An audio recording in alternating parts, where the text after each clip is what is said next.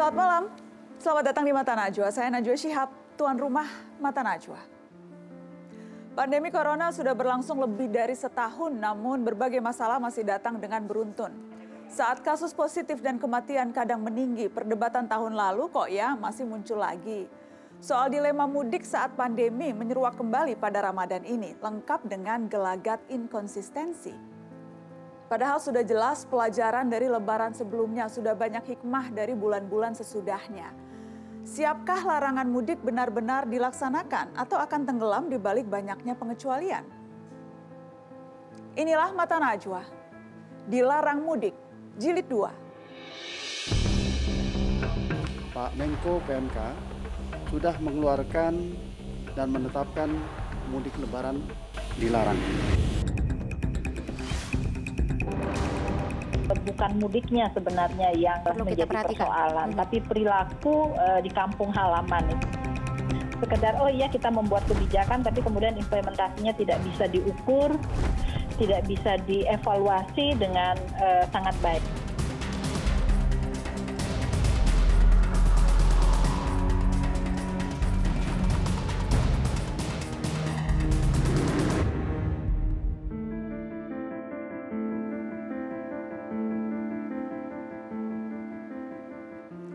Ya, untuk kedua kalinya mudik lebaran dilarang gara-gara situasi pandemi. Namun lagi-lagi kebijakan ini jadi sorotan dan memicu ragam pertanyaan. Akan efektifkah kebijakan ini untuk menekan laju COVID-19? Sudah hadir di Mata Najwa untuk membahasnya, saya perkenalkan ada epidemiolog dari Perhimpunan Ahli Epidemiologi Indonesia atau PAEI, Mas Dalina Pane. Selamat malam, Bu Lina. Selamat malam, Mbak Najwa. Terima kasih sudah hadir di Mata Najwa. Saya juga mengundang pakar kebijakan publik Agus Pambagio. Selamat malam, Mas Agus. Selamat malam, Nana. Assalamualaikum. Waalaikumsalam warahmatullahi wabarakatuh. Dan saya sudah terhubung melalui sambungan video juru bicara Presiden Fajrul Rahman. Selamat malam, Bang Fajrul. Selamat malam, Nana. Selamat malam, salam sehat, salam sehat. Terima kasih sudah bergabung. Bang Fajrul, kalau begitu, karena Anda di luar studio, saya tadi berharap Anda bisa sampai, mudah-mudahan nanti keburu untuk sampai ke studio Mata Najwa. Tapi kalau begitu saya mau ke Mas Agus dulu yang ada di studio Mata Najwa. Mas Agus, sudah dikeluarkan larangan mudik, akan efektif atau tidak? Tidak. Tidak? Tidak. Karena pola masyarakat kita belum berubah. Pandemi ini ya sebagian besar tidak terlalu peduli. Ya kan? Saya baru kembali dari Pantura melihat ya perkembangannya sudah banyak, jarang yang pakai masker juga. Lalu juga pernyataan-pernyataan pimpinan negara ini yang sering berbeda pendapat itu membuat masyarakat semakin sudahlah, negara aja nggak bisa ngatur gitu. Apa misalnya yang membuat? Kan kemarin celotehan Menhub dalam sidang mau ke DPR kan bilang, oh diizinkan. Baru ngomong mungkin di doorstop itu ya. Tetapi kan aturannya, saya juga kaget, aturannya kan belum keluar. Tiba-tiba lalu sudah aturannya keluar ketika Pak Menko PMK mengatakan dilarang. Nah pada waktu diizinkan, orang sudah beli tiket. Hotel-hotel sudah memprediksi. Perusahaan transportasi sudah senang, oh ini akan boleh. Ternyata enggak, mereka bubar semua. Jadi secara kesehatan juga tidak akan berhasil, secara ekonomi juga berat gitu. Tadi Anda katakan kita sudah juga menyiapkan ada grafis yang seperti ini teman-teman, tarik ulur bagaimana yang tadi disebutkan Mas Agus, pernyataan pejabat yang terkadang membuat bingung publik seperti ini.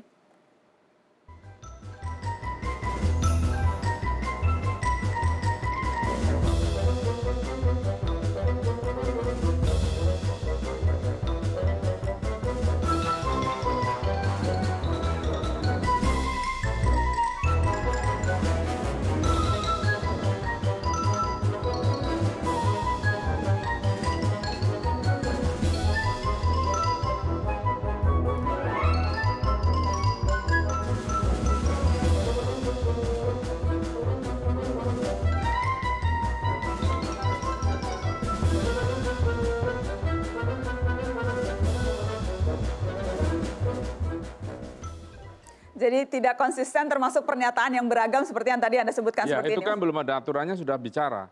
Yang harusnya tidak di depan teman-teman media kan pasti ditulis. Itu disebutkannya bahkan justru di Komisi 5 DPR. Ya, dan bukan tupoksi Menhub loh untuk bicara ini.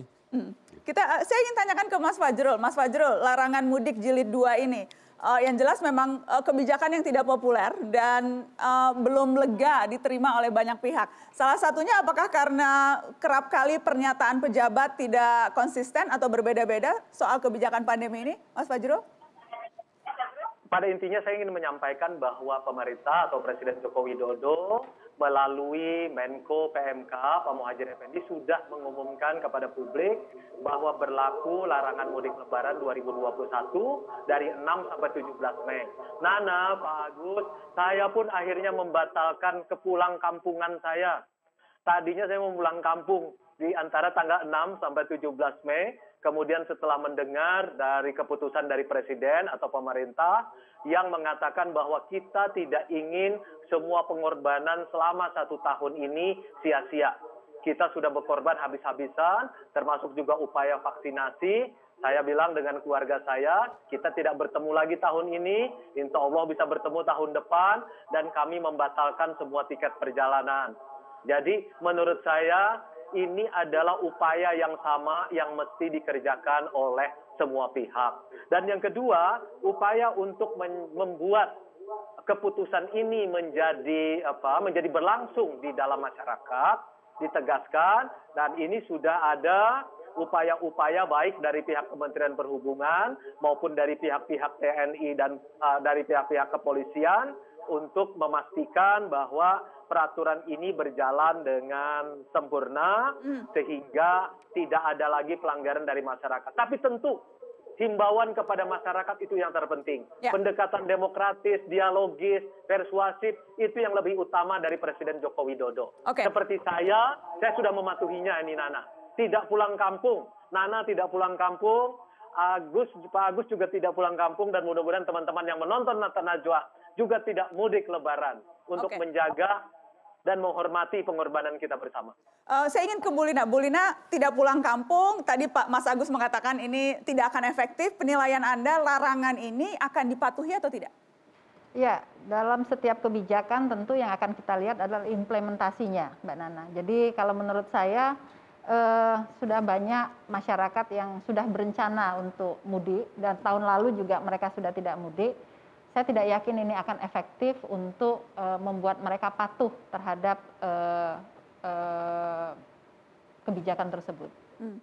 Karena apa? Apakah Anda sependapat tadi Mas Agus bilang karena ada ketidakkonsistenan pernyataan, dan bukan hanya pernyataan, mungkin juga kebijakan yang dikeluarkan? Ya, jadi banyak kebijakan, sudah saya kira kalau dihitung itu sudah ratusan bahkan ribuan kebijakan yang dikeluarkan dalam 1 tahun ini. Baik dari pemerintah pusat, pemerintah daerah maupun pemerintah daerah provinsi maupun kabupaten kota. Yang harus kita nilai dari setiap kebijakan yang dikeluarkan pemerintah adalah daya ungkitnya terhadap program pengendalian. Jika kebijakan tersebut ternyata tidak dapat mencapai indikator-indikator dalam pengendalian, itu merupakan indikasi bahwa kebijakan tersebut tidak efektif. Jadi, dan kalau kita bicara kebijakan mudik tahun lalu, itu daya ungkitnya? Tidak ada. Jadi, tidak ada daya ungkit? Iya, setelah kebijakan larangan mudik itu dikeluarkan, kemudian kasus itu tetap meningkat. Jadi bukan mudiknya sebenarnya yang menjadi faktor risiko untuk terjadinya kenaikan kasus, tetapi banyak faktor lain, termasuk salah satunya testing. Testing kita yang meningkat juga akan meningkatkan kemampuan kita mendeteksi kasus. Yang jelas ragam reaksi publik atas larangan mudik memang muncul, tapi salah satu yang paling sering terdengar adalah lontaran kebingungan dan pertanyaan sebetulnya. Mudik dilarang, tapi tempat wisata kok dibuka ya? Itu pernyataan-pernyataan yang kerap kali kita dengar dan kita temui di media sosial. Kita akan minta penjelasan itu nanti langsung ke Menteri Pariwisata dan Ekonomi Kreatif, Sandiaga Uno, yang akan bergabung di Mata Najwa. Apakah sudah bergabung? Selamat malam, Mas Sandi. Baik, kita nanti akan menanyakan langsung soal kebingungan itu, kenapa mudik dilarang tapi tempat wisata dibuka. Setelah pariwara, tetap di sini.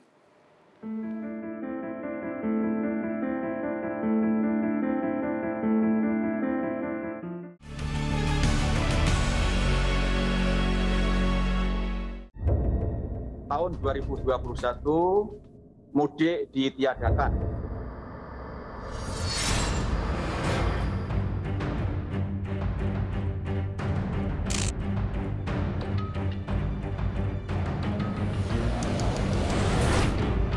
memahami ini biar tidak salah paham terus. Pemerintah ini maunya apa sih sebenarnya dengan kebijakan ini, Pak? Ini kebijakannya kan paradoksal ini, paradoks gitu ya. Artinya satu sisi melarang mudik, tapi di sisi lain ada sektor-sektor ekonomi termasuk pariwisata.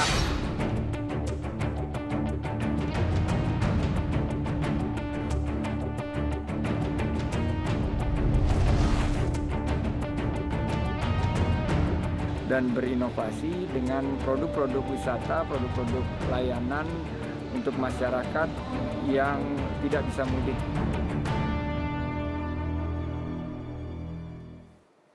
Ya, bicara larangan mudik, yang ramai dipertanyakan publik adalah mudik tidak boleh, tapi tempat wisata kok dibuka? Saya akan tanyakan langsung ke Menteri Pariwisata dan Ekonomi Kreatif Sandiaga Uno. Selamat malam, Mas Sandi. Malam Mbak Nana, Assalamualaikum warahmatullahi wabarakatuh. Waalaikumsalam warahmatullahi wabarakatuh. Mas Sandi, yang jelas kebijakan membuka pariwisata memang kemudian dianggap kontradiktif oleh sebagian orang karena rasanya kok bertolak belakang dengan kebijakan-kebijakan yang lain, terutama larangan mudik. Bagaimana Mas Sandi menanggapinya? Jadi pertama-tama terima kasih Mbak Nana udah mengundang kita. Dan kita sekarang ada di tengah-tengah pandemi. Dan kebijakan untuk meniadakan mudik diambil karena kita ingin menekan penularan angka COVID-19 dalam bingkai PPKM skala mikro. Nah, di dalam PPKM skala mikro tentunya mengacu kepada kebijakan dari pemerintah daerah setempat bagaimana mengatur kegiatan masyarakat. Nah, kami di sektor pariwisata tentunya harus memastikan bahwa dalam PPKM skala mikro tempat wisata itu dibuka harus dengan protokol kesehatan yang ketat dan disiplin. Harus memakai masker, menjaga jarak, harus juga memastikan ada tempat untuk mencuci tangan. Sebisa mungkin kita dorong vaksinasi untuk para pekerja di sektor pariwisata dan ekonomi kreatif. Dan yang terpenting Mbak Nana, bagaimana menjaga kapasitas agar tidak berkerumun dan tidak melebihi yang ditentukan oleh pemerintah, yaitu sekitar 50% kapasitas di setiap destinasi wisata. Jadi kita tidak ingin tidak mengambil langkah antisipatif. Nanti pada saatnya masyarakat tidak diperbolehkan mudik, mereka akan berkegiatan, bermobilitas, dan salah satu tujuan mereka berkegiatan adalah di destinasi wisata. Oleh karena itu kita harus pastikan protokol kesehatan dan kita punya panduan CHSE yaitu Cleanliness, Health, Safety, dan Environmental Sustainability. Itu kita lakukan secara ketat dan disiplin. Mas Sandi, yang kemudian banyak muncul adalah ya sudah saya tidak mau mudik kok, saya cuma mau wisata ke Pantai Losari yang kebetulan dekat kampung saya. Jadi itu pernyataan-pernyataan yang tepat atau tidak? Karena apakah misalnya memang dimungkinkan wisata keluar kota pada saat larangan mudik atau seperti apa? Nah, ini harus mengacu tentunya kepada keputusan yang sudah dikeluarkan oleh pemerintah, dan itu Kementerian Perhubungan sudah memberikan panduan. Kami di sektor pariwisata dan ekonomi kreatif, ranah kami, tugas dan fungsi kami adalah memastikan destinasi-destinasi wisata tersebut patuh terhadap protokol kesehatan, patuh terhadap pembatasan-pembatasan yang sudah dilakukan dalam bingkai PPKM skala mikro. Nah, memang masyarakat, kita menghimbau masyarakat sekarang kita di tengah-tengah pandemi, alhamdulillah angka penularan COVID-19 sekarang bisa ditekan dibanding beberapa bulan yang lalu. Tapi kita tidak boleh lengah karena ini belum selesai. Kita masih melakukan proses vaksinasi. Jadi kita butuh kesadaran dari masyarakat dan kita akan memberikan langkah-langkah stimulus agar sektor-sektor terutama pariwisata dan ekonomi kreatif ini misalnya mengganti kehadirannya yang nggak bisa ke Makassar, mengirim produk-produk ekonomi kreatif seperti parsel lebaran, dan kita mendorong penggunaan barang buatan lokal dan memberikan subsidi untuk ongkos kirimnya. Mas Andi, saya cuma ingin memastikan, jadi ya diperbolehkan wisata di luar kota atau wisata yang tadi Anda sebutkan terbuka itu memang wisata yang hanya bisa dilakukan penduduk di kota itu, Mas Andi? destinasi-destinasi wisata yang kami pantau pasti ada di level nasional, tapi akan mengacu kepada PPKM skala mikro daerah-daerah tersebut. Jadi kalau misalnya seperti yang sudah diumumkan, ada peraturan Menteri Perhubungan yang membatasi pergerakan di luar aglomerasi, yaitu tentunya kita harus mengacu kepada peraturan Pak Menteri Perhubungan seperti itu. Jadi jangan dibentur-benturkan, Nana. Ini kebetulan saya memiliki hubungan yang sangat baik dengan pemerintah daerah, pemerintah kabupaten kota. Kita terus berkoordinasi. Ya. Bukan jadi membenturkan, Mas Andi, hanya meminta kejelasan karena beda tuh kalau memang wisata lokalnya saja yang boleh, berbeda karena sekarang kan banyak kan seperti itu. Oh, saya nggak mau mudik kok, saya maunya main ke Borobudur. Nanti di Borobudur kebetulan di belakangnya rumah saya gitu. Jadi kesannya kan sekarang ada pengertian yang mungkin harus diluruskan. Tetap tidak boleh keluar kota untuk berwisata, begitu kan? Betul. Jadi itu yang diinterpretasi seperti itu tentunya menurut saya adalah satu interpretasi yang tidak diperbolehkan. Yang diperbolehkan adalah berkegiatan dalam lingkup PPKM skala mikro. Jadi cukup jelas menurut saya tentunya kita juga akan mengacu 1-2 minggu dari sekarang kita nggak tahu, Nana. Kalau misalnya Mbak Nana lihat angka COVID-nya ini tiba-tiba meningkat secara drastis, kita pasti akan melakukan adaptasi dan melakukan penyesuaian. Jadi kami di sini murni melihat berdasarkan data tersebut disuplai oleh para ahlinya dan kebijakan itu diambil oleh pemerintah di otoritas yang membidangi. Kami tinggal menyesuaikan. Kami di pariwisata dan ekonomi kreatif tentunya sangat terpukul, sangat terpuruk sekarang di tengah-tengah pandemi, tapi kita yakin bahwa keputusan untuk menekan penularan angka COVID-19 harus menjadi prioritas kita bersama. Oke, baik. Kita harus break. Setelah ini saya akan berbincang dengan Gubernur Banten yang sudah terhubung. Saya ingin menyapa dulu Pak Wahidin Halim, sudah terhubung di Mata Najwa. Assalamualaikum Pak. Waalaikumsalam warahmatullahi wabarakatuh. Baik Pak Wahidin, nanti. Pak Rahman dan Pak Menteri. Terima kasih sudah bergabung Pak Gubernur.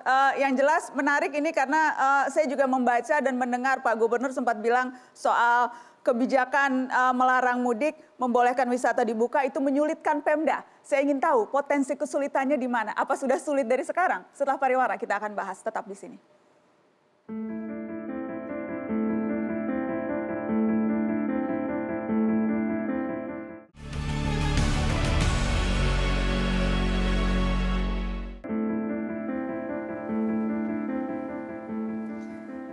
Larangan mudik jilid 2, bagaimana kira-kira implementasinya di lapangan, apalagi di tengah diperbolehkannya wisata dilakukan?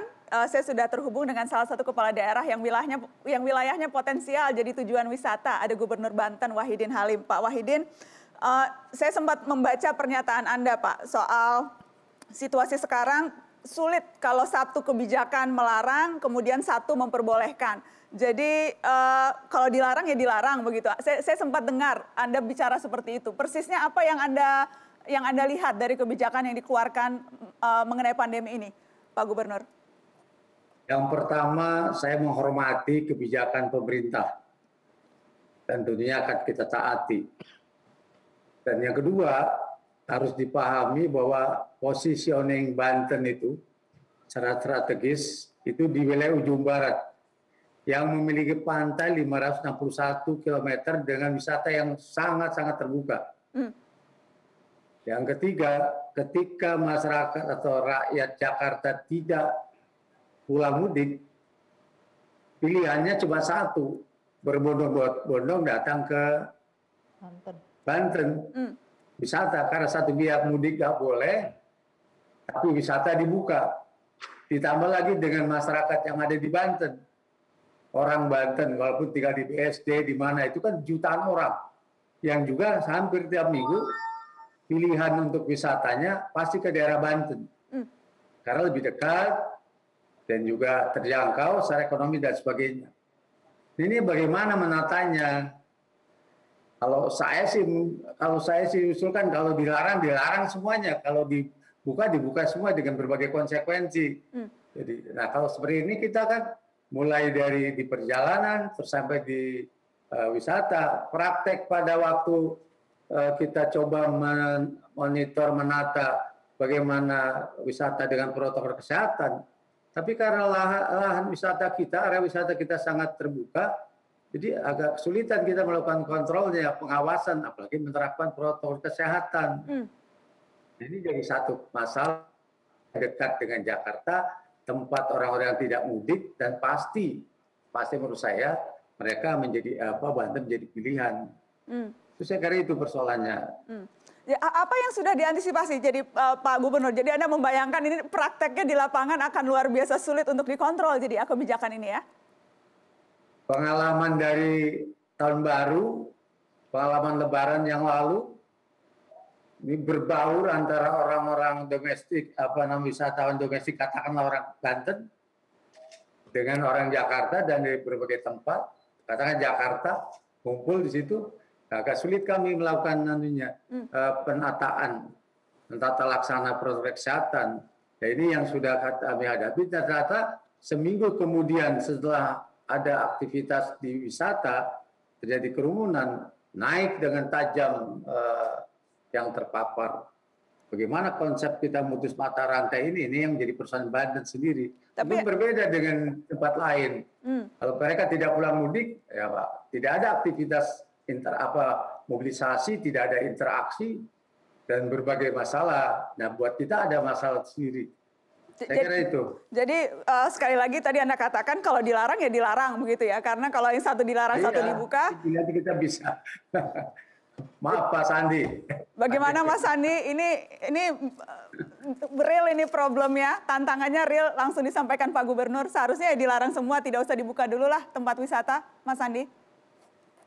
Ya, terima kasih Pak Gubernur. Justru karena kekhawatiran yang disampaikan Pak Gubernur, saya kemarin minggu lalu saya mengunjungi, karena kalau di Banten itu banyak sekali destinasi wisata dan ada 4 pilar ya. Salah satunya juga yang saya kunjungi itu di Pandeglang, di Desa Wisata, di Cikesik, di Tanjung Lesung, di Anyer, dan juga di Serang. Ini 4 pilar dan tentunya 1 juga di Baduy.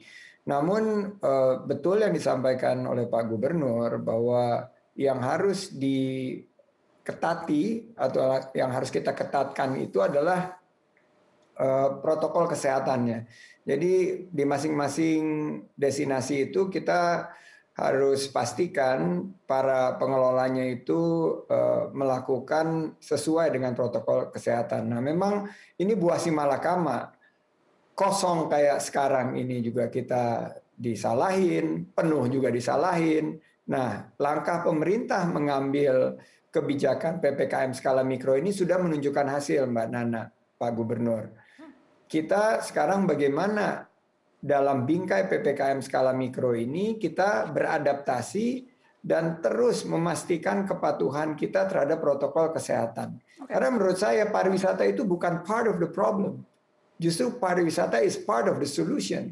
Kalau kita bisa menerapkan protokol kesehatan yang ketat dan disiplin. Nah, memang di lapangan ini yang akan diuji. Tapi tentunya kita tidak akan berpikir 2 kali jika pemerintah akhirnya dengan data-data yang ada bilang oke, kita untuk memastikan supaya tidak ada peningkatan penularan COVID-19 kita mengambil langkah ABC. Kita beradaptasi lagi.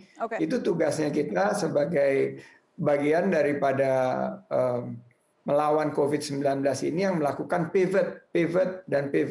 Karena kita melihat angka ini terus bergerak kan.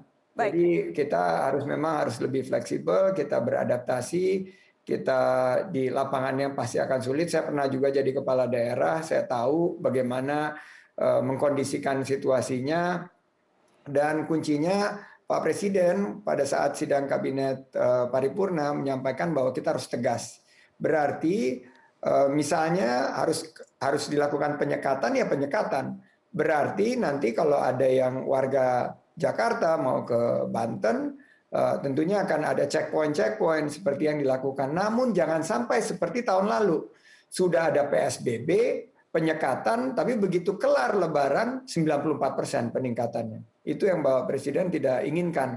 Makanya kita harus mengambil ini satu balancing yang cukup delicate ya menurut saya. Sebagai pengambil kebijakan, kita harus betul-betul melihat ini, memonitor ini mungkin dalam hourly basis atau daily basis melihat angka COVID ini. Jadi kolaborasinya nanti Pak Gub, saya koordinasi lagi sama Pak Gubernur dan juga nanti sama Gubernur Jawa Barat, Gubernur Jawa Tengah, kita koordinasikan agar tidak ada Mas Andi, nanti kesalahpahaman di lapangannya.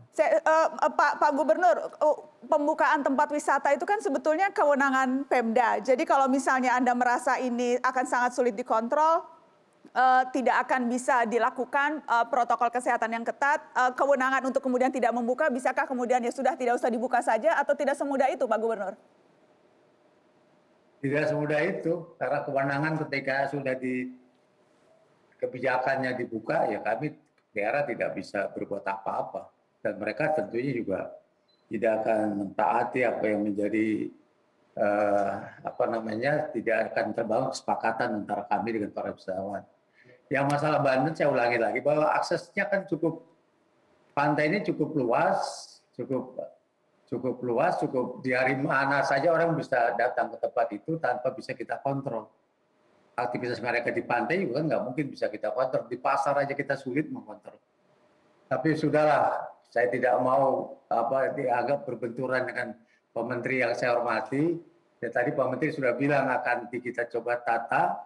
Ya mungkin saya bisa mengusulkan bahwa tidak semuanya kawasan Banten dari panjang pantai itu bisa kita gunakan atau kita izinkan untuk kita buka. Mungkin ada pilihan-pilihan tertentu pada kawasan-kawasan tertentu yang boleh kita buka dan kawasan tertentu yang bisa kita tutup. Kalau semuanya kita buka, orang akan mengalir itu. Saya juga sulit membayangkan, belum tahu juga apa yang saya harus lakukan sebagai kepala daerah.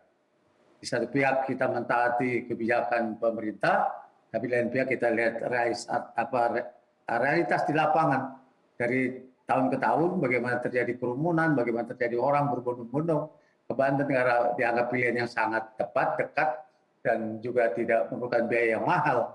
Mereka bisa sampai ke Banten, ke wisatawan tempat destinasi Banten. Saya kira itu yang memang ya perlu kita, masih ada waktu untuk kita coba untuk merumuskan, memformulasikan biar apa yang kita bayangkan tidak terjadi. Baik. Gitu. Baik, kita harus break, tapi saya tahu Mas Andi sudah harus pamit dari Mata Najwa. Terima kasih Mas Andi sudah bergabung di Mata Najwa malam ini. Pak Wahidin, saya harap masih tetap karena kita juga masih akan bicara soal kebijakan mudik yang bagaimana implementasinya. Selain juga tadi bicara soal tempat wisata. Setelah pariwara, tetap di Mata Najwa.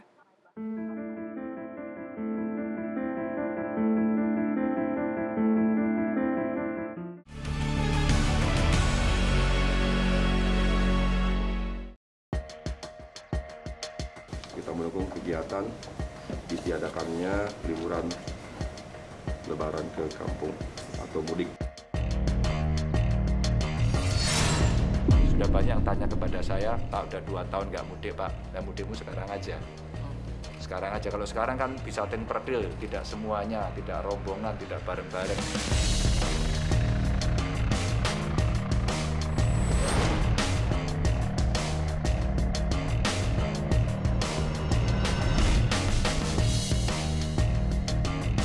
Tetap saya sarankan untuk tidak mudik. Kita bersabar sekali lagi. Kita dukung supaya orang bahagia bisa mudik, tapi tetap lakukan 5M itu aja. Selama itu dilakukan, insya Allah kenormalan kita kembali mudik yang tahun lalu tidak ada bisa hadir, asal disiplin, titik itu aja. Ya, malam ini kita bicara soal jangan mudik. Ini sudah jilid 2 setelah tahun lalu juga dilarang mudik. Tadi kita berbincang soal tempat wisata dibuka, mudik dilarang. Bagaimana Bu Lina melihatnya? Karena tadi kan kita dengar langsung begitu Gubernur Banten yang mengatakan ya pada prakteknya sulit ini dikontrol. Ya, ini jadi polemik Mbak Nana. Karena banyak sekali pandangan, persepsi yang kemudian saling bertentangan antara pusat dengan daerah, antar kementerian. Saya tidak melihat ada satu alur yang jelas, artinya garis komando yang jelas. Harus apa sih sebenarnya? Sebenarnya itu yang penting untuk teman-teman di lapangan mendapatkan kepastian. Supaya tidak jadi kontroversi antara satu pimpinan dengan pimpinan lain, antara satu kebijakan dengan kebijakan lain. Ini yang harus ditata.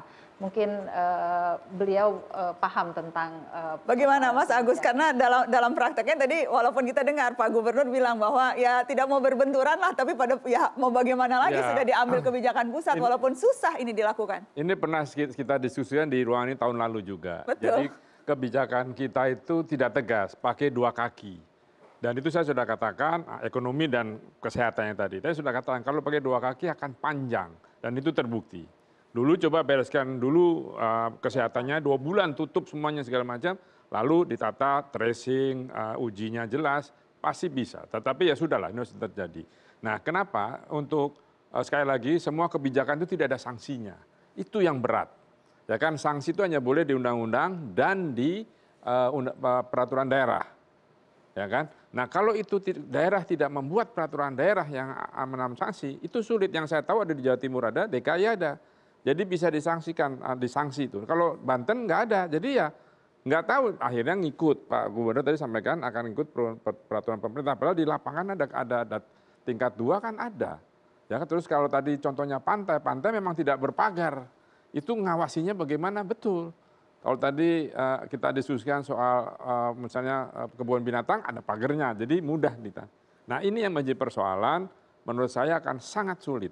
Itu yang bagaimana menerapkan protokol kesehatan itu dengan masker, jaga jarak sebagainya bisa berjalan. Yang ngawasi nggak ada.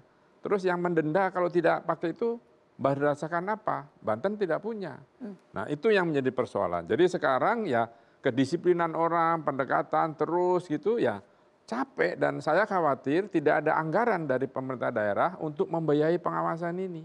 Karena ini mahal loh, polisi, LLD dan sebagainya menjaga, kemudian segala macam itu kan perlu biaya, uang makan minimal. Tahun lalu saya sempat mengajak beberapa petugas makan siang karena buka puasa. Karena apa? Karena ya uangnya nggak jelas, uang tugas atau uang operasi gitu. Pak Gubernur bagaimana? Jadi memang akan sulit efektif karena sanksinya tidak diatur dan budget atau anggaran untuk bisa memastikan diawasi betul-betul itu juga tidak cukup. Apakah itu memang realita di lapangan yang Anda temui, Pak Gubernur? Ya, saya bicara tentang prosedur dan teknik pengawasan. Karena misalnya dari Jakarta boleh nggak ke Tangerang? Kalau boleh berarti dari Tangerang bisa ke Banten, ke pantai. Lalu di pantai bagaimana mengawasi? Orang panjang pantai jadi hampir 561 km. Aktivitas mereka misalnya begitu luas, ruang terbuka yang begitu luas, lautnya juga begitu lepas dan bebas. Ya, siapa yang mau melakukan kontrol? Berapa tenaga yang dibutuhkan? Berapa uang yang akan juga dibutuhkan untuk operasional?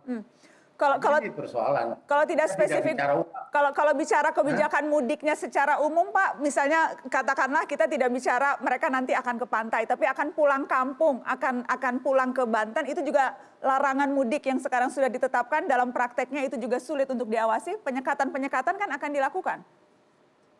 Kalau mereka pulang kampung, misalnya sebagian besar kan warga pulangnya ke Jawa dan sebagainya, ke Lampung.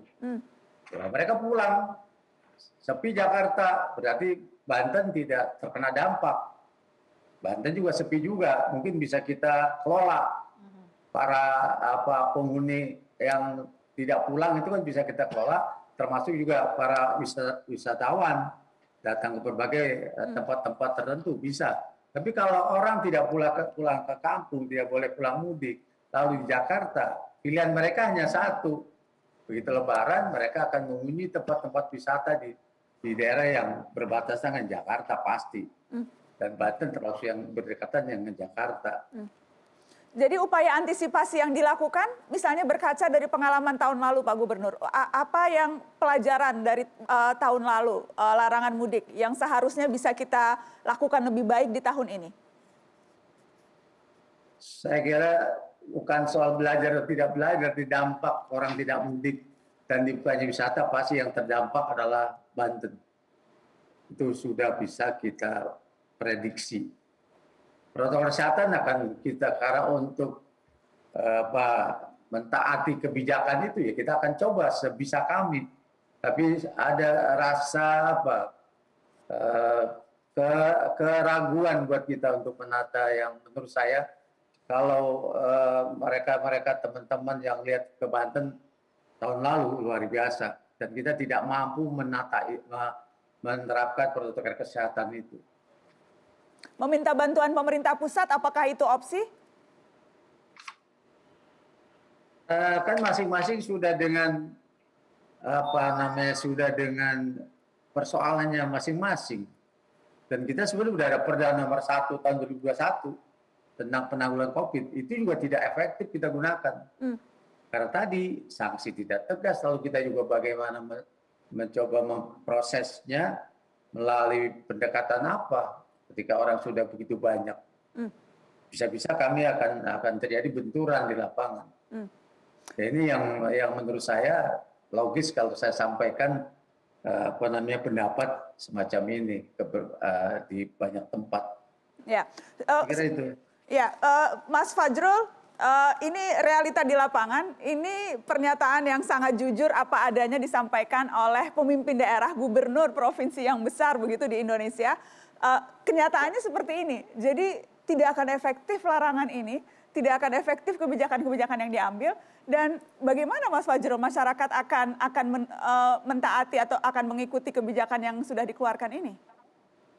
Pertama, Nana, kita tadi senang sekali mendengar bahwa ada upaya semacam Pak Sandi, Menteri Pariwisata dengan Gubernur Banten, dan sebagaimana juga harapan Presiden bahwa setiap kebijakan yang diambil itu merupakan bagian dari kerja sama saling bergotong royong antara pemerintah pusat, pemerintah daerah, kemudian tentu juga dunia usaha, kemudian juga perguruan tinggi dan yang lain. Jadi kita melihat tadi sudah ada satu upaya untuk menerjemahkan kebijakan pemerintah di pusat dari kementerian bersama dengan daerah. Jadi bukan hanya Banten kan, nanti ada provinsi, ada kabupaten. Kemudian yang kedua, Nana, kita tentu akan berpegangan pemerintah melalui Presiden Joko Widodo mencoba memberikan teladan. Misalnya pelarangan ini kan berlaku bukan hanya buat masyarakat, tetapi kan juga buat ASN, TNI, Polri, BUMN. Nah ini sudah dicoba ditindaklanjuti melalui misalnya dari Pak Cahyokumolo. Ini bagian dari upaya untuk menjalankan keputusan Presiden Joko Widodo untuk melarang mudik. Misalnya bahwa keluar sudah surat edaran nomor 8 2021 tentang pembatasan kegiatan bepergian. ASN pasti akan mematuhi ini. Kemudian TNI Polri pasti akan patuh, BUMN pasti akan patuh. Dan kemudian kalau bercermin dari tahun lalu, Nana, nah ini juga bagian dari upaya pemerintah melakukan refleksi. Tahun lalu kan memang upaya pemerintah misalnya kelihatan sekali, misalnya kendaraan di tol. Itu turun 62% dari 1,2 juta menjadi 465.000.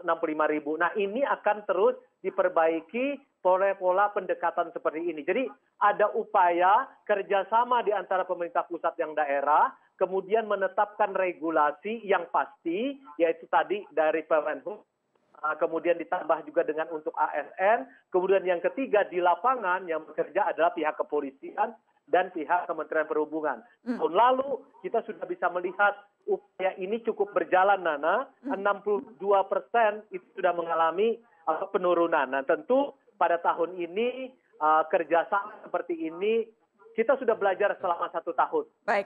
Dan kita bersama-sama bisa mengatasi ini. Saya yakin dan saya optimis dan Presiden Joko Widodo minggu lalu juga masih menegaskan kita tegas dalam menjalankan apa yang sudah kita putuskan. Seperti itu, Nana. Oke, saya ingin ke Pak Wahidin, sekaligus juga penutup ke Pak Wahidin. Pak Wahidin, jadi langkah antisipatif yang Anda dan jajaran pemerintah daerah akan lakukan menyambung dari kebijakan larangan mudik ini apa saja, Pak Wahidin?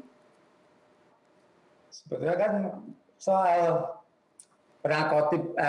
COVID ini kita sudah ada perda, sudah ada parameternya, Dan sudah ada secara baku protokol kesehatan kan semua orang sudah tahu.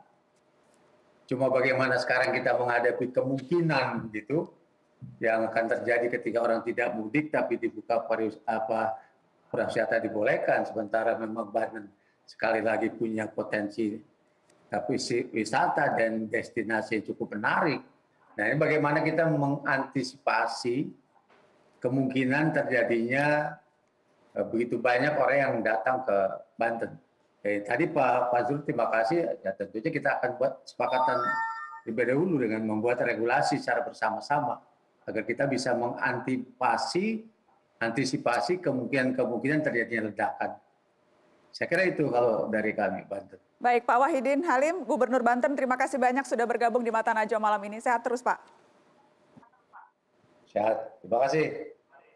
Terima kasih Pak Wahidin. Baik. Salam sehat Pak.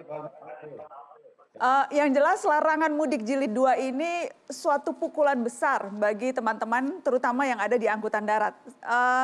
Nanti saya akan berbincang dengan Ketua Organda, Adrianto Djoko Sutono. Apakah sudah tersambung? Selamat malam Mas Andre. Selamat malam Mbak Nana. Assalamualaikum warahmatullahi wabarakatuh. Waalaikumsalam warahmatullahi wabarakatuh. Saya tahu teman-teman Organda ini dalam hati dan bukan hanya dalam hati, di luar pun menjerit begitu karena keputusan larangan mudik ini. Nanti saya ingin dengar curhatan Anda setelah pariwara, tetap di Mata Najwa.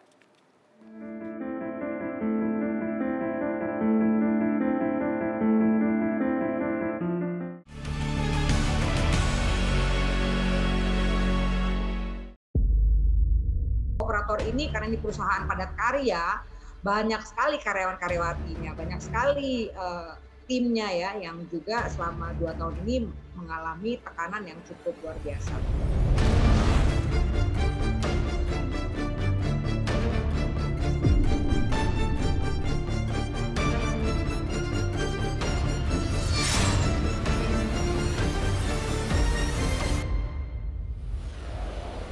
Win-win solution lah, ya.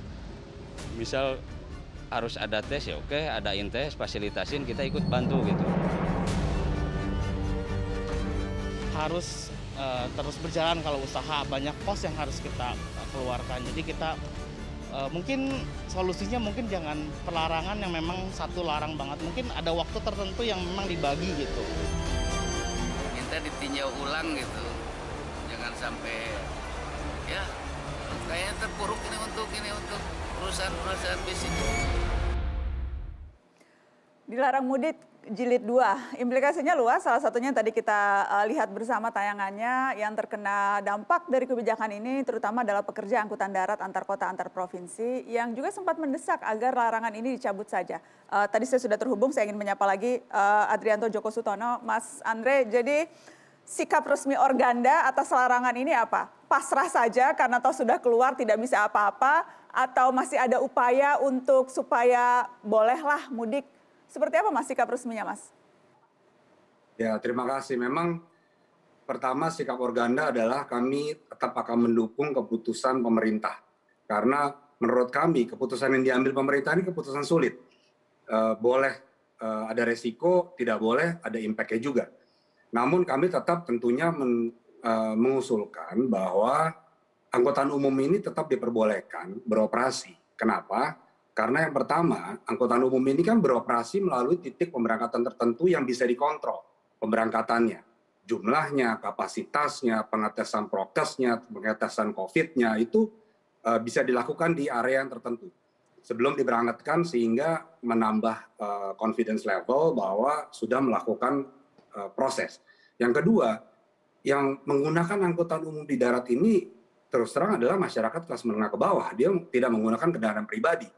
Jadi mohon maaf juga kalau angkutan umumnya dilarang akan mencari jalan seperti yang presiden yang terjadi tahun lalu.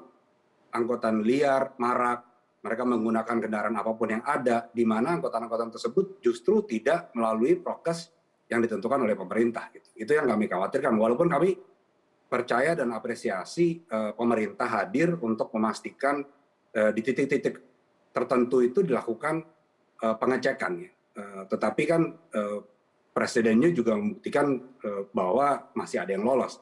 Nah, yang kami sangat khawatirkan setelah istilahnya kita semua sakit nih setahun ya.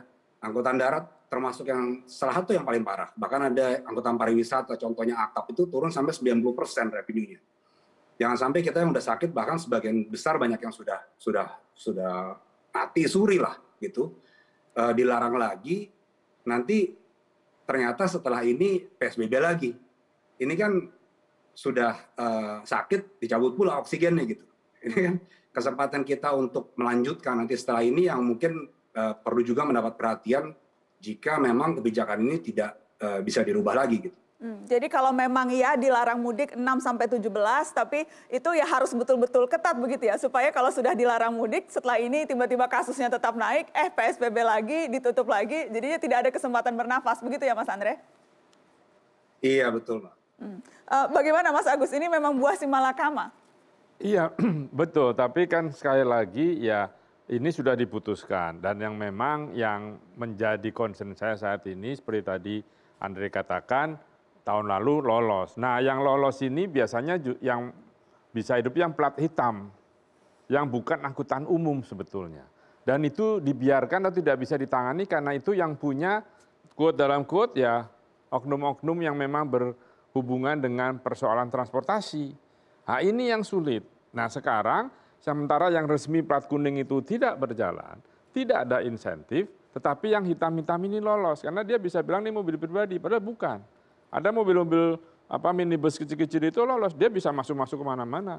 Pertanyaan saya seperti tadi, sanggupkah si aparat kepolisian, LLJ dan sebagainya itu menjaga, tadi Fajrul bilang turun 65%. Iya mungkin hitungannya di jalan Pantura, tol dan sebagainya. Tetapi kalau yang masuk-masuk antar kecamatan kan ada jalannya, kelas 2, kelas 3. Itu lolos, yang naik motor bagaimana? Itu yang saya khawatirkan dari sisi Andre katakan tadi, jadi saya sempat mengusulkan pada pertemuan beberapa hari yang lalu, ya sudah harus dikasih insentif juga. Kenapa yang tidak resmi, yang tidak plat kuning dapat insentif, kok justru yang plat kuning tidak? Nah datanya berapa? Ya ayo kita lihat, nanti Organda dengan organisasi lainnya, ada truk, ada sebagainya, kumpulkan. Pemerintah lakukan insentif untuk mereka. Karena subsidi tidak mungkin diberikan karena mereka swasta. Peraturannya kan tidak boleh begitu. Nah, ini yang menjadi persoalan. Bagaimana kita menanganinya gitu. Oke, Mas Andre, sejauh ini apa saja insentif yang sudah diterima dan apalagi yang Anda harapkan? Ya, memang pemerintah telah mengeluarkan kebijakan, tapi insentif itu masih berupa general ya. General dalam arti secara umum berlaku untuk berbagai industri yang terkena dampak. Jadi tidak membedakan, tidak ada insentif khusus yang diberikan kepada sektoral yang paling berdampak contohnya. Mungkin saya bisa ambil contoh seperti industri pariwisata, itu kan mendapat dana hibah yang cukup besar gitu untuk membantu pelaku industrinya. Nah di angkutan darat ini terutama belum ada. Kami pernah, memang tahun lalu dari pihak kepolisian mengucurkan BLT sejumlah 600.000 untuk awak kendaraan kami selama 3 bulan ya. Jadi dan itu pun terus terang jumlahnya masih sangat jauh dari 1,6 juta anggota Organda yang bergerak di bidang angkutan penumpang maupun barang. Begitu Mbak Nana kira-kira. Oke, yang jelas memang beberapa anggota Anda di daerah terang-terangan meminta untuk mencabut begitu ya larangan ini. Tapi seperti tadi Anda sebutkan posisinya resmi memang mendukung, cuma bagaimana memastikan agar ini tidak semakin membunuh luka yang belum sembuh tadi istilah Anda begitu. Baik, saya ingin ke Bu Lina. Bu Lina, sudah setahun nih pandemi, relatif masyarakat sudah teredukasi dan sudah aware atas prokes.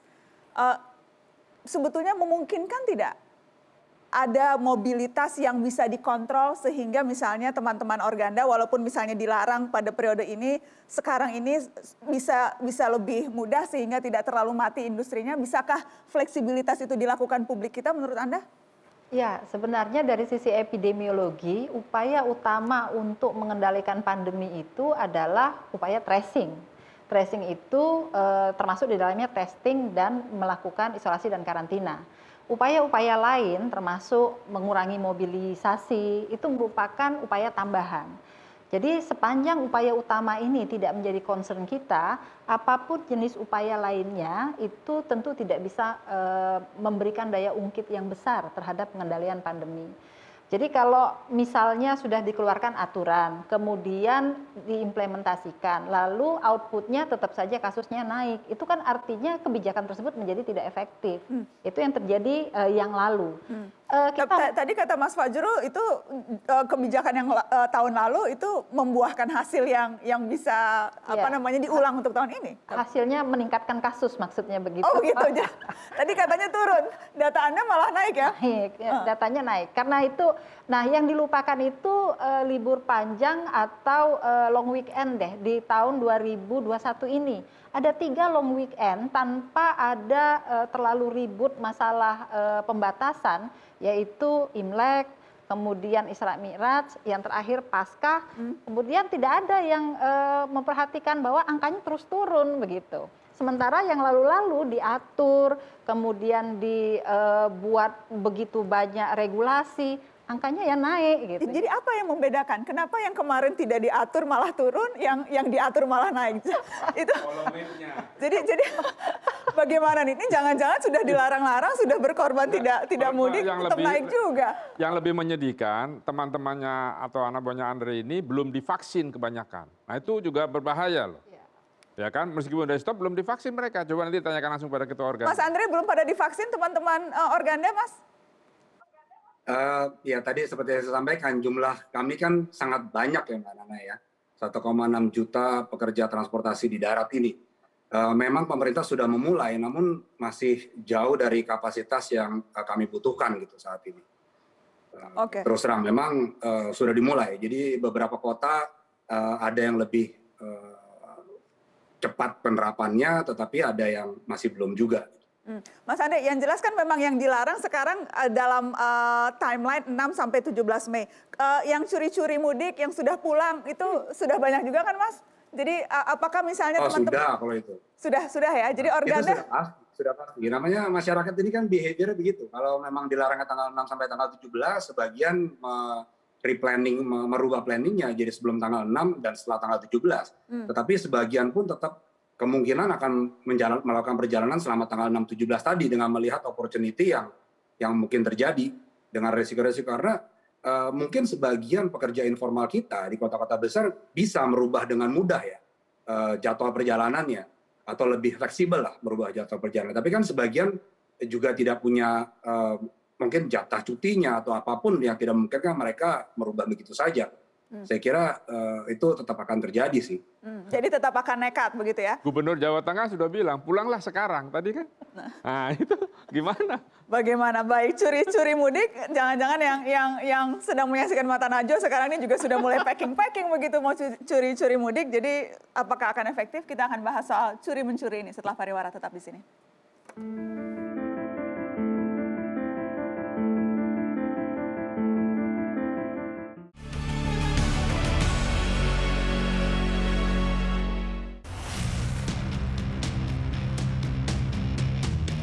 Nanti ada kendala, katanya sih ada pertengahan puasa itu ada tutupan jalan. Jadi sekarang balik kampung.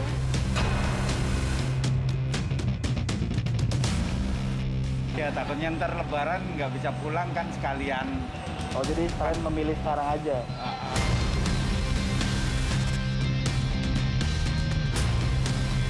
Mudik di bulan Mei ini kan emang ditutup kan transportasi, jadi saya pulangnya lebih awal aja biar bisa lebaran di kampung.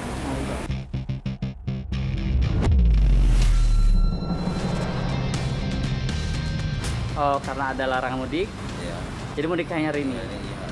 Ya, katanya sih nggak bisa mudik kalau itu mau lebaran.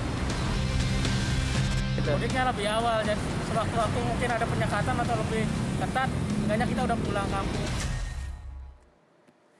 Ya, yang tadi kita lihat faktanya seperti itu, sudah mudik duluan, larangannya sudah keluar, larangannya pada tanggal tertentu, tapi ya curi-curi mudiknya sudah dari sekarang. Mas Fajrul, bagaimana ini Mas? Sudah pada mudik orang-orang Mas? Ya, Najwa, para opinion leader seperti Pak Mas Agus, Ibu Lina, kemudian Pak tadi yang dari Organda, Mas Andre. dan siapapun yang, Mas Andre, siapapun yang menyaksikan acara ini, menurut saya kita bisa bergotong royong untuk meyakinkan pada masyarakat bahwa problem pandemi ini tidak main-main.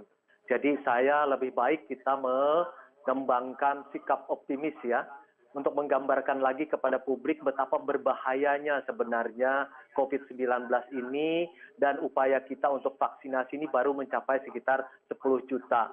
Dan semua pengorbanan ini mestinya tidak kita sia-siakan seperti itu. Sampai hari ini sebenarnya Mbak Nana, per 13 April yang kami catat, Indonesia itu kasus aktif itu tersisa 6,88%, kasus sembuh sudah mencapai 90,4%, dan persentase kematian mencapai 2,71%. Jadi artinya COVID-19 ini memang masih mematikan. Tetapi selama 1 tahun kita sudah belajar bahwa apa yang kita lakukan itu sudah cukup berhasil menekan pandemi ini. Jadi sehingga orang seperti Pak Ahli, seperti Ibu Lina, sangat kami perlukan untuk menjadi teladan agar memberikan optimisme kepada masyarakat. Nah, selain juga, saya akan langsung lempar. Presiden Joko Widodo sudah menyatakan misalnya, agar teladan ini dimunculkan, misalnya saja, dalam masa lebaran hari bulan puasa ini, semua kementerian dan lembaga itu dilarang untuk melakukan yang namanya open house, buka puasa, itu upaya bahwa orang-orang yang menjadi opinion leader dan menjadi pemimpin masyarakat memberikan teladan. Nah, sehingga saya berharap siapapun yang hadir malam ini bisa memberikan gambaran kepada masyarakat betapa berbahayanya masih penyakit ini, dan kita harus bisa melanjutkan perjuangan ini bersama-sama begitu. Bagaimana Bu Lina? Ya, kita 4,5 bulan ini bersama 7.000 tracer kita berjuang untuk menurunkan jumlah kasus pada pandemi ini. Dan saat ini sudah turun 11 minggu. Yang sebelum-sebelumnya belum pernah penurunan terjadi 11 minggu. Tetapi sampai dengan 31 Maret mereka sudah selesai pekerjaannya, kemudian dilanjutkan oleh Babinsa Babin Kamtibmas. Kita terus berharap agar program tracing ini terus berlanjut, tidak cuma sekedar lip service. Karena faktanya di lapangan saat ini teman-teman dari Dinas Kesehatan Kabupaten Kota dan Puskesmas masih belum secara intens atau secara masif melakukan kegiatan tracing di bawah. Dan menurut Anda justru itu kebijakan yang perlu terus didorong dibandingkan mengeluarkan kebijakan-kebijakan seperti pelarangan-pelarangan begitu? Iya, dalam kondisi wabah dan pandemi, tracing itu adalah kunci utama sebenarnya di dalam pengendalian. Yang lain itu mendukung. Selama kebijakan tersebut kemudian tidak memiliki daya ungkit untuk menurunkan jumlah kasus, maka kita perlu evaluasi. Tapi analisa data misalnya dikeluarkan oleh Satgas Covid yang menghitung dampak libur Lebaran jika mudik tidak dilarang, itu kenaikan rata-rata jumlah kasusnya katanya bisa sampai 37 sampai 119%. Ya. Jadi memang ada dasarnya tentunya kebijakan larangan ini, Bu Lina. Banyak sekali prediksi yang dilakukan para ahli. Prediksi itu menggunakan data-data yang sifatnya proksi. Jadi bukan data yang sebenarnya. Kami para epidemiolog lebih senang bermain pada angka yang nyata, bukan angka yang kami menyebutnya halusinasi. Memprediksi boleh saja, tetapi sudah banyak prediksi-prediksi yang kemudian gagal gagal terjadinya. Jadi Anda juga meragukan dampak libur panjang ini kalau mudiknya tidak dilarang, Anda meragukan akan naik karena kan pengalaman empiris menunjukkan begitu libur mobilitas tinggi naik kasusnya. Ya, tapi mobilitas yang dihitung itu seperti yang dikatakan oleh Pak Agus tadi, itu mobilitas yang formil. Tetapi yang berada di luar jalur formil ini itu tidak pernah dihitung. Sebenarnya menurut saya mobilitas itu tidak turun. Tetapi apalagi kalau misalnya menghitung mobilitas itu dengan menggunakan sistem informasi yang tersedia saat ini seperti Google Mobility, itu tentu biasnya sangat besar untuk bisa menganalisis menggunakan data tersebut. Gitu. Data-data proxy itu teman-teman statistician biasanya yang menggunakannya. Kami para epidemiolog lebih menggunakan data-data yang real di lapangan dibandingkan proxy. Dan yang real di lapangan tadi yang kita lihat sudah curi-curi mudik, Mas Agus. Betul, jadi memang betul sekali kita itu lemah di data ujinya sama tracing tadi. Di seluruh dunia, di negara-negara itu yang kuat. anggaran besar untuk di situ. Ya kan? Nah sekarang sudah diputus sejak April ya, tanggal 1 April. Lalu sedang mendidik Babinsa. Ini juga bukan orang yang biasa melakukan pendataan, jadi pasti kerja keras. Nah ini yang saya khawatirkan, kenapa sih 1 April diputusnya? Kenapa tidak tunggu setelah Lebaran? Karena justru data pengujian dan tracing ini yang paling penting. Kita kalau naik pesawat kan cuma dilihatkan itu dokumen antigen, hanya ditandatangani, dicap. Masuk nggak ini ke data tracing? Saya yakin tidak. Nah ini yang menjadi persoalan. Belum lagi cara mengentry data itu di seluruh Indonesia bervariasi dan jaringannya juga tidak semua baik.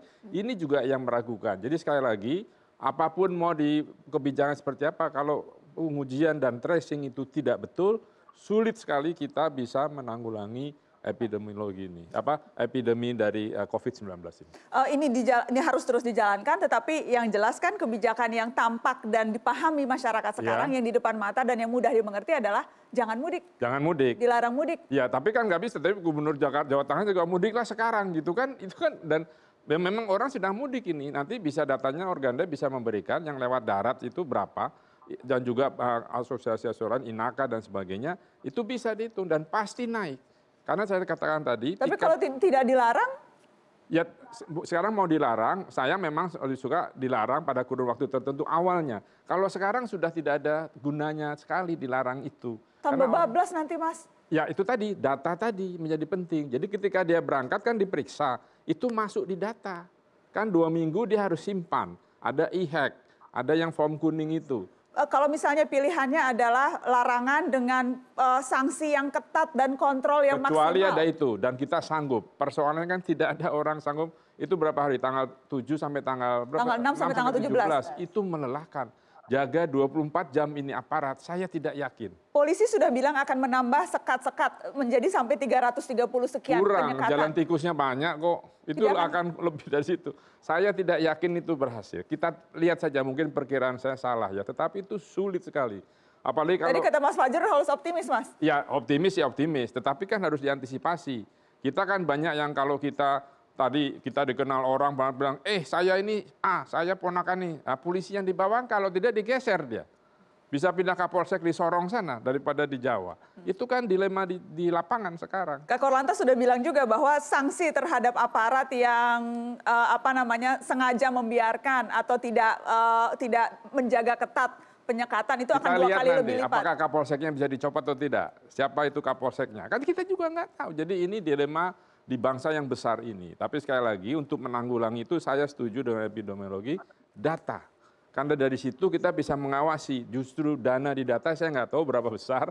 Karena itu besar, apalagi kok diputusnya 1 April itu yang saya agak heran. Harusnya terus dulu, nanti setelah Lebaran baru dihilangkan. Mas Andre, sanksi-sanksi yang akan diterapkan berkaca dari yang tahun lalu, apakah menurut Anda larangan mudik tahun ini akan lebih efektif karena toh kita sudah belajar dari apa yang kita alami tahun lalu, Mas Andre? Mungkin dalam konteks saya sebagai Organda, untuk angkutan umum pelarangannya bisa efektif, Mbak. Karena jelas terlihat. Kendaraannya jelas, perizinannya jelas, plat nomornya jelas, tempat pemberangkatannya jelas, operatornya pun jelas. Tetapi kan bukan hanya di situ. Sehingga tadi saya sampaikan, DPP Organda mendukung kebijakan yang sulit ini diambil pemerintah. Tapi ya mohon rasa optimisme tadi yang Pak Jul sampaikan diberikan lagi kepada kita karena selama setahun, mohon maaf Pak, terus terang rasanya kurang Pak kami diberikan. Karena terbukti banyak sekali operator kami yang sudah dikandangkan parkir, bahkan sebagian leasingnya pun nggak mau ngambil karena mungkin nggak cukup, mereka mau ngambil mau dibawa kemana juga tuh bis-bis kan gitu. Jadi karena kebijakannya masih bersifat general Mbak Nana. Sehingga kami sangat berharap kebijakan kali ini bisa benar-benar terasa di sektor-sektor yang terdampak sangat parah.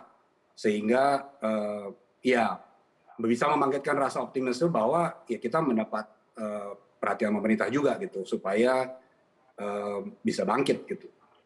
Baik, Mas Andre terima kasih sudah bergabung di Mata Najwa malam ini Mas. Terima kasih Mbak Nana. Kita harus break. Setelah break saya akan minta Mas Fajar untuk tadi menanggapi yang kita diskusikan. Setelah pariwara, tetap di sini. Baik, terima kasih.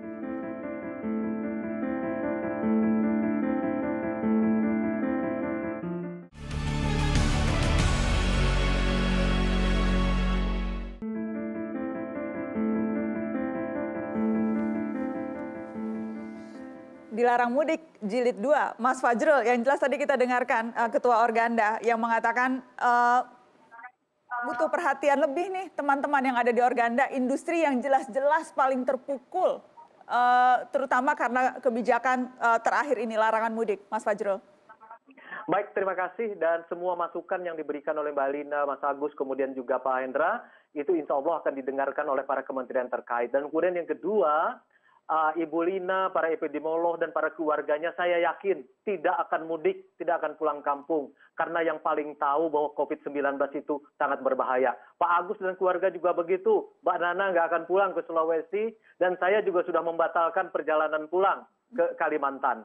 Nah, lebih jauh lagi, saya akan meyakinkan kepada publik bahwa Presiden Joko Widodo, semua menteri, semua kepala lembaga, itu selain juga sudah dilarang open house, dan kemudian untuk di masa Ramadan juga mereka tidak akan pulang. Teladan-teladan seperti ini yang kita butuhkan, selain juga memang larangan itu tetap diperlukan di lapangan. Sehingga menurut saya Mbak Nana, malam ini optimisme kita bangun dari para orang-orang yang opinion leader, para ahli, bahwa kita betul-betul meyakini kita bisa melawan nih COVID-19 dengan kedisiplinan, dengan teladan, dan kemudian juga kita mematuhi peraturan yang sudah dibuat di lapangan, baik oleh kementerian maupun oleh lembaga. Begitu saja, tetap optimis. Terima kasih Mas Fajrul. Saya ingin ke Bu Lina. Bu Lina, yang jelas memang sudah dikeluarkan peraturannya, walaupun melalui perdebatan, walaupun banyak kekurangan di sana-sini, apa yang bisa dilakukan untuk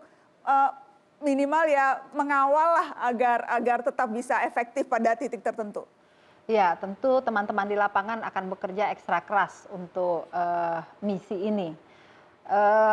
Sudah 1 tahun mereka standby, bekerja dengan sangat keras, sampai banyak yang burn out gara-gara pandemi ini. Jadi kita juga mohon bantuan dari masyarakat untuk tetap patuh pada protokol kesehatan, tetap 3M, dan kemudian teman-teman di lapangan akan terus menggalakkan dan menggiatkan 3T. Melalui program tracing. Oke, Mas Agus, jadi bagaimana Mas Agus? Ya, kalau saya begini, ini sekarang yang perlu diperkuat selain semua aturan semua sudah, yaitu kerjasama komunikasi dengan daerah. Ya, itu harus online, karena untuk itu tadi gunanya tracing, ya, itu harus ada. Jadi ujinya tetap dilakukan sesuai dengan standar WHO per 1 juta penduduk itu, kemudian tracingnya komunikasi, karena apa yang harus disiapkan kan sebagian dananya dana daerah. Ya kan, apakah nanti kalau yang ketangkep itu atau sampai ke sana kapanpun, tapi dia bukan orang daerah situ, dikarantina tidak dulu 14 hari. Dan itu kan perlu komunikasi yang intens antara pemerintah pusat dan daerah. Jadi cuman itu harapan saya, kita semua tadi Fajrul bilang bahwa semua yang di sini mungkin tidak mudik, memang tidak mudik, saya tidak punya kampung lagi, orang tua sudah tidak ada kan. Nah jadi tidak mudik, nah tapi yang lain betul, mari kita sama-sama menjaga, terapkan 3T, 5T atau apa segala macam itu. Dan sekali lagi vaksin itu bukan segala-galanya. Karena banyak teman saya sudah divaksin 2 kali pun kena. Ya, jadi sekali lagi berhati-hati. Dan kalau kita baca misalnya di media sosial kan sudah vaksin. Karena kan ini. Jadi... Bukan begitu kan, vaksinnya masih emergency use. Bukan vaksinnya sudah selesai. Ingat itu. Jadi 3T, 5T harus tetap dilaksanakan dan tidak pergi ketika tidak perlu. Kalaupun pergi, atur semua itu dengan baik. Baik. Terima kasih sudah hadir di Mata Najwa, Mas Agus. Bu Lina, terima kasih sudah hadir di Mata Najwa. Mas Fajrul, terima kasih sudah bergabung di Mata Najwa malam hari ini. Oke, selamat Lebaran nanti. Masih jauh. Masih 1 bulan lagi, Mas Fajrul, insya Allah. Insya Allah. 8 hari. Betul. Terima kasih banyak sudah bergabung. Terima kasih kepada teman-teman yang sudah menyaksikan Mata Najwa malam ini. Sehat semua, insya Allah. Assalamualaikum.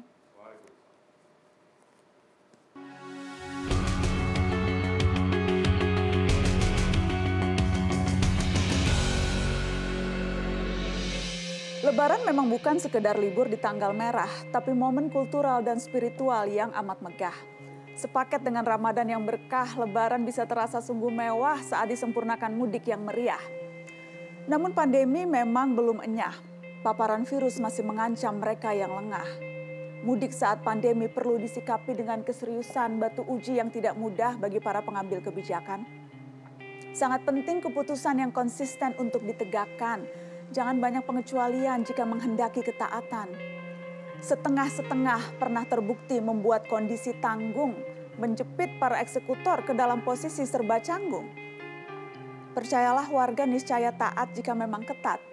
Warga akan pergi melesat jika bimbang para aparat.